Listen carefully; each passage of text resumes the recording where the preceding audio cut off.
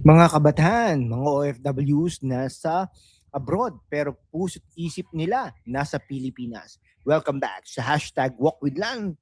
Ako si Lan at ngayon usapin na umiinit sa Supreme Court ang program funds sa General Appropriations Act. Sabi ni Solicitor General Darlene Marie Berabe, hindi ito unconstitutional. Pero teka, 731 billion pesos. Parang magic fund ba ito na lumalabas kapag may extra revenue? O modern day pork barrel na lang na may constitutional makeup?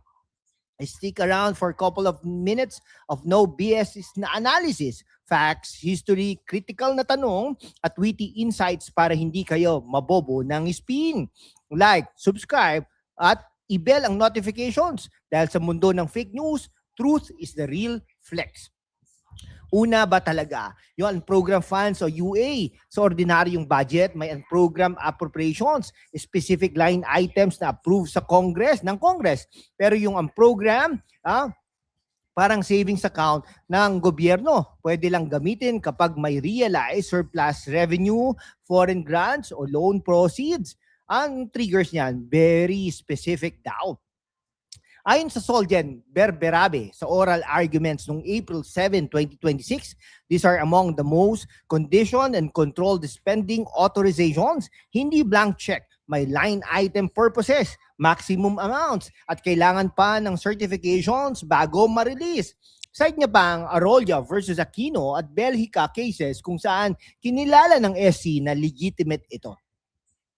Pero critical tayo dito, ha? Bakit tumataas mula 281 billion pesos nung una hanggang 731 billion pesos sa 2024?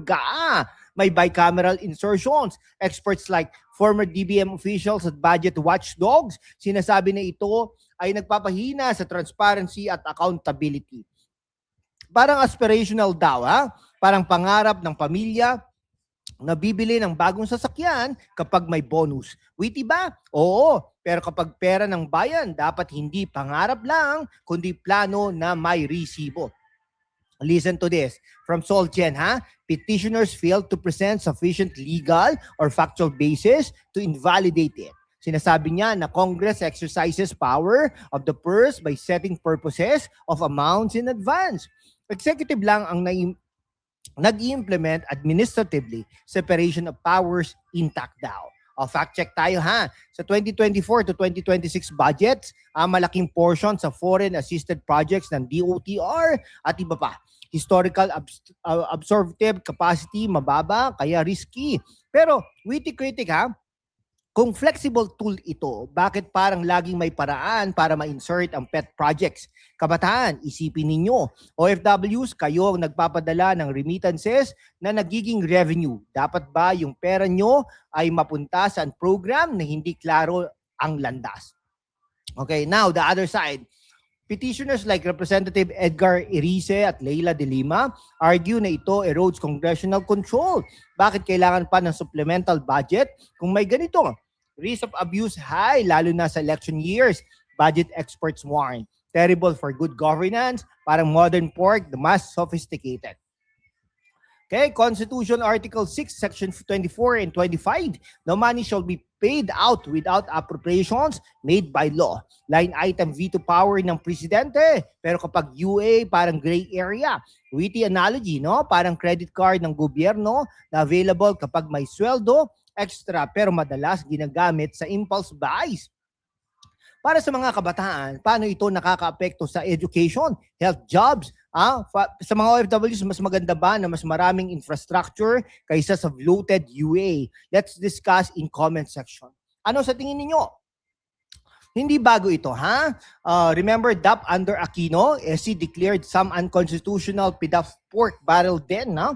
UA has been around since 80s pero lumalaki from 2 to 8% ng budget noon. Ngayon, umaabot sa double digits. Solgen site safeguards, pero critical tayo, ha? Implementation matters. Sino nakikinabang talaga? Contractors, political allies, fact-based tayo. Transparency reports from COA at DBM, kailangan nating i-monitor. Okay, habang iniisip nyo yan, no? Paano kung ikaw ang OFW? na gustong maging informed habang nasa abroad, kumuha ng high-quality power bank, 20 mega amperes yan. So, sa Shopee o Lazada para hindi maubusan ng battery habang nanonood ng ganitong deep dives o video calls sa pamilya. Affiliate link sa description o itatag din po natin yan mga kaibigan. O kaya, wireless earbuds para pakinggan ang news while working at para sa kalusugan ninyo, vitamin C plus zinc supplement sa Lazada. Kasi strong immunity, strong OFW. Youth content creators, phone tripod at ring light para magawa nyo sariling political vlogs.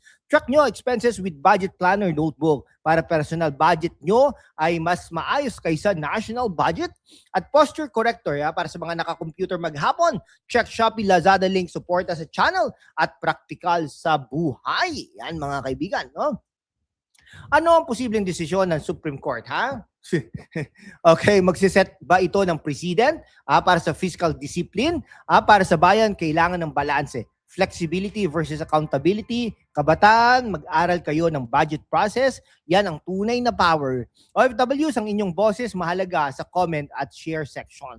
Now, okay, mga kaibigan, mga kababayan, sa mundo kung saan ang kasinungalingan ay nangingibabaw, ang katotohanan ang unang sinisikil. Pero kasama kayo, magpapatuloy tayo sa laban, walang takot, walang kinikilingan, at laging handa para sa bayan. Sumali na sa aking YouTube channel membership sa #WalkWithLan at tulungan natin ang channel na maabot ang 100,000 subscribers. Ang inyong suporta ang susi sa kalayaan natin para ipagpatuloy ang pagbabalita ng katotohanan. Salamat at kita-kits sa laban.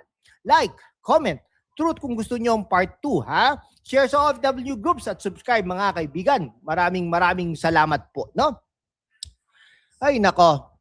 Mag-recap lang muna tayo, no? Yung program appropriations, may constitutional defense daw, no? Sabi ni yung dati pong partner yan ni Samboy Lim, no? Dati rin po din ng College of Law ng UP. Magaling po yan, no? Dating chairperson din po yata yan ng Pag-ibig. Anak ko po, sabi niya may constitutional basis, kumbaga. Pero may mga valid critics din on transparency. Ang problema, bakit kunwari, nasa na po siya, no? Military modernization. I-modernize mo na. Ba't ilalagay mo pa sa program funds? Yung budget for the tertiary education, batas po yun, Pero bakit mo pa ilalagay sa program funds? Hindi mo na lang budgetan yon. Kasi yung darating na year ay para sa mga estudyante yon, di po ba? Tuition fees, bakit ilalagay pa? Palipat-lipat. Di ba? Kukunwari, ang program funds, baka biglang ilagay yan sa mga insertions ng mga congressmen and women. Di ba? Stay critical, stay informed. This is Lan from the #WalkWithLan, where youth and OFWs walk the talk on Philippine politics. See you next. God bless the Philippines. Mabuhay po ang Pilipinas.